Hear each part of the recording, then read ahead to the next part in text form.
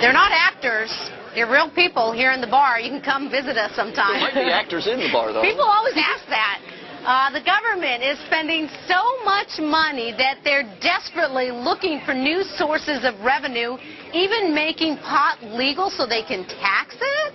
California could have made some big bucks off this $1 billion pot bust in Fresno County. So let's ask our next guest if it's high time pot should be made legal and taxed to the hilt.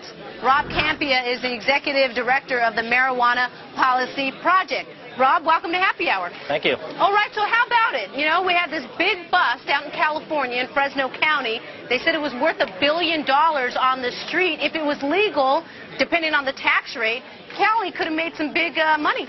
That's right. I mean, those kinds of busts in California are really a lose-lose for the taxpayers, because not only are they spending an enormous amount of money on law enforcement costs to go after these growers or dealers, but then they're also foregoing all the tax revenues that could be generated by taxing the cultivation and the sale of marijuana. And for what purpose? It's not like it's preventing anyone from using, right? I know. I'm looking at some of the stats here, Rob. Someone's arrested for marijuana every 36 seconds. That's right. 89% of these are for possession, not even for dealing or manufacturing the drug. That's right. That seems like a complete waste of time. Totally. And those numbers that you're citing are straight from the FBI. Those are not numbers from the Marijuana Policy Project. And the numbers just keep increasing every year. And so one thing that's clear is that since marijuana was first made illegal in 1937, it hasn't prevented anyone from using it. In fact, many more people use now than used back when it was made illegal. Rob, I got to push back on that point, because you can't say that. It's sort of like Timothy Geithner going, well, the economy would be much worse if I hadn't taken trillions of dollars and sent it to my cronies.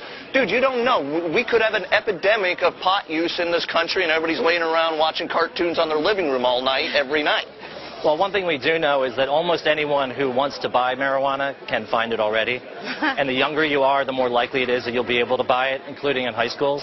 The whole purpose of prohibition was to keep marijuana away. Again, I got to push back on that. I mean, yes, I'm from a small rural town in New Mexico, and yeah, there were stoners in high school, but it wasn't exactly like in the locker room you go ask the guy for some pot. It's very difficult, I think. It was where I went to school. Fair enough. But maybe it was the guys I was hanging out with. I was a very serious athlete. Well, the government's own surveys, as well as real-life experience, indicates if you ask high school students, would you find it easier to buy marijuana or beer in high school or outside of the high school? Good point. Right? Yeah. Ask the people. You don't even have to trust the survey.